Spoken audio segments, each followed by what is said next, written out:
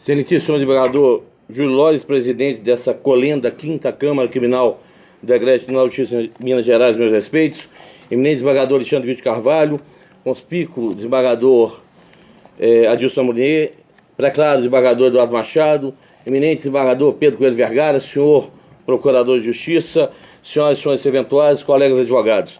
Excelências, em primeiro lugar, eu vou ousar de sentir do posicionamento de Vossas Excelências com relação à exigência de procuração para impetração de habeas corpus.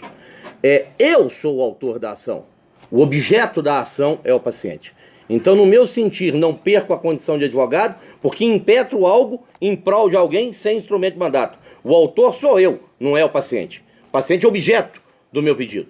Mas, de qualquer sorte, para estancar qualquer dúvida, eu estou devidamente habilitado como patrono e represento os interesses desse paciente na ação penal, cuja cópia integral fiz colacionada em forma digital, que Minas Gerais talvez seja um dos poucos estados da federação que eu vejo a Procuradoria entregar aqui 1,5 toneladas de papel dioturnamente, né? Nós ainda estamos na era das cavernas, né? No Pará, há muito tempo atrás, as sessões de julgamento, há mais de uma década, as sessões de julgamento do tribunal eram transmitidas pela internet. Julgamentos do tribunal do júri eram feitos isso. E aqui nós estamos ainda na idade da pedra, porque temos que trabalhar com papel. Então digitalizei um instrumento inteiro, processo inteiro, tanto a medida cautelar.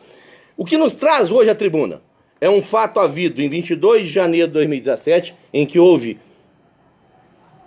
um aniquilamento da vida humana, pereceu uma cidadã, e que a autoria veio a ser imputada ao paciente, policial civil, que até então nenhuma mácula guardava na sua vida anteacta. Esse indivíduo de férias foi para o Acre, foi preso lá, e aqui uma questão, excelências. 4 são os pilares da nossa impetração. 4. O primeiro deles, o excesso de prazo.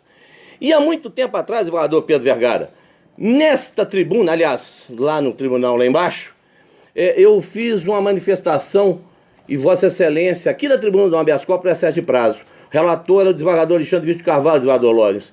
E Vossa Excelência falou, eu não solto.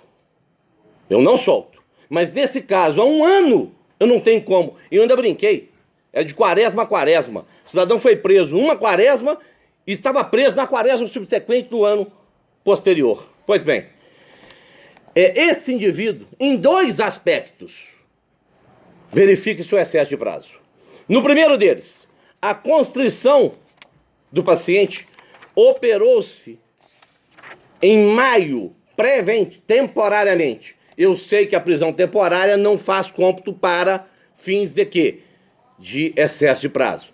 O 402 do Código de Processo Penal preconiza prazo de 90 dias para final da instrução criminal.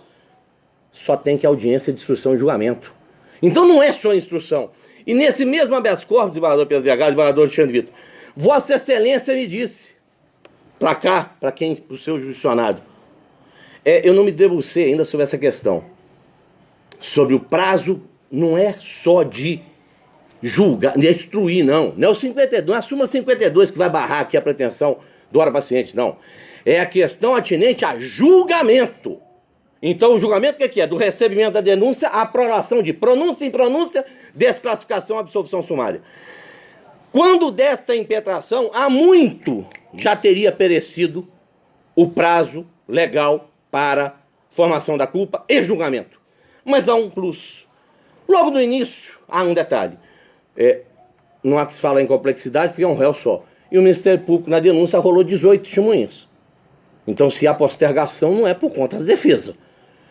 Exaurida a instrução criminal, logo no início foi feito um pedido de instauração de incidente de insanidade, que foi negado, com parecer contrário do Ministério Público. Quando nós ingressamos no processo já na fase de alegações finais, nós requeremos novamente, e o juiz deferiu. A culpa é da defesa, vírgula, ou ponto e vírgula, ou ponto final. Não é não, sabe por quê?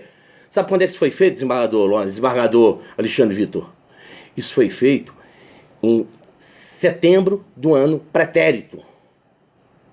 Aí eu pergunto, e meu cliente vai guardar a morosidade do sistema, da nossa ineficaz polícia ou do Instituto Médico Legal do governo Pimentel? Até que dia? Até quando? E eu achei muito prudente, porque me ajudou muito Sua Excelência o Procurador, que trouxe a movimentação processual. E também no mesmo norte me ajudou bastante as informações prestadas pelo juiz Acó, autoridade coatora. Até hoje não tem deliberação com relação ao incidente. Minto, ele foi homologado e nós apelamos. Ele foi homologado e nós apelamos. Porque Sua Excelência não observou um detalhe. No fluir do procedimento, que será declarado nulo incontestavelmente por essa coleia da Câmara, e nós apelamos lá no 593, inciso 2º, nós pedimos a intimar a defesa para o assistente técnico acompanhar o processo, a perícia, e da segunda vez isso não aconteceu. Então nós estamos discutindo isso. Não foi aberto prazo ainda para apresentar alegações finais. E aí eu pergunto, 6 meses, minto, nós estamos em 8, nós estamos em agosto, nós estamos no epílogo do mês de agosto, 8 meses para fazer um exame de incidente, minto, 9, que foi no final do ano passado, 9 meses, nasceu uma criança e este incidente não foi aniquilado. Ou se foi agora, 9 meses, certa feita impetrei um habeas corpus no STJ, no STF, e o ministro da Pública da Pertence disse que o constrangimento se verifica não quando do julgamento, mas no momento da impetração. Quantas vezes eu já vi impetrar-se habeas corpus, desembargador Adilson Lamonier, e o juiz sentenciar o processo, que há 1 ano está com ele lá? Incontáveis vezes já vi isso. Tem 28 anos de janela, já vi isso muito. O primeiro tópico nosso aqui é o excesso de prazo, seja pela instrução criminal, que deveria ter acabado em 90 dias, e quando se terminou lá e não tem sentença, antes do pedido, desembargador Lores, antes do pedido de incidente, que teria de firmado, e foi renovado já no finalzinho, já havia ultrapassado o prazo legal de 90 dias. Segundo aspecto, a ausência das circunstâncias determinantes da prisão preventiva.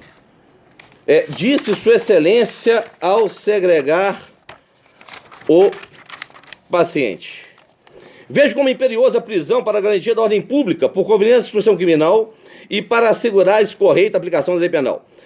E ele faz um discurso literário aqui muito bonitinho. Só tem um detalhe. Vamos imaginar que a instrução criminal foi finda. Eu entendo que tem que acabar com a sentença.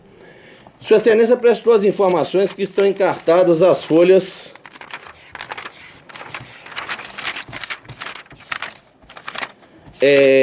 50 versos. Não há uma linha neste documento que ratifique que a instrução criminal, que teria ficado 3 meses entre o fato e a decretação da prisão, combalida, ou que ela permaneceu abalada, qualquer situação havida no fluir da instrução criminal que determinasse que era necessária a conveniência da instrução, mantida a segregação do paciente, e, por fim, garantia da aplicação da lei penal. O paciente é policial civil. Ele estava fugindo para o Sapuri, ele ia perder o emprego dele? Num processo que sequer a existência dele conhecia? Não haveria a menor necessidade. De outro norte, Excelência, além da existência das circunstâncias determinantes, o que nós trazemos é a possibilidade da aplicação das medidas cautelares diversas da prisão, notadamente, desembargador Alexandre Vitor, desembargador Lores, o afastamento do desembargador Pedro Vergara, desembargador Eduardo Machado, desembargador Lamonier, o afastamento da função pública, a proibição de utilização de arma de fogo, o recolhimento domiciliar, a tornozeleira eletrônica. Igual peço desculpa, Vossa Excelência, isso aqui que está na minha frente aqui não serve só para a gente falar, não. Isso é para saber onde é que nós estamos. Doutor, só 1 minuto para concluir. Nesse derradeiro minuto. Hoje, o telefone que nós usamos nos permite identificar em que lugar que o indivíduo está. Aloca uma tornozeleira no caboclo e vai saber onde é que ele está. Desarme-o, afaste-o da função pública. Então, Excelência, com tais adminículos, o que suplica-se dessa tribuna a Vossa Excelência é a concessão da ordem para que, primeiro, reconheça o excesso de prazo. Segundo, não se contempla aqui as circunstâncias determinadas de prisão preventiva. E, por derradeiro, a possibilidade de aplicação das medidas cautelares diversas da prisão. O que eu venho e que levo sempre daqui na busca de justiça. O que eu levo sempre é justiça, atendidos ou não os nossos reclames. Muito obrigado.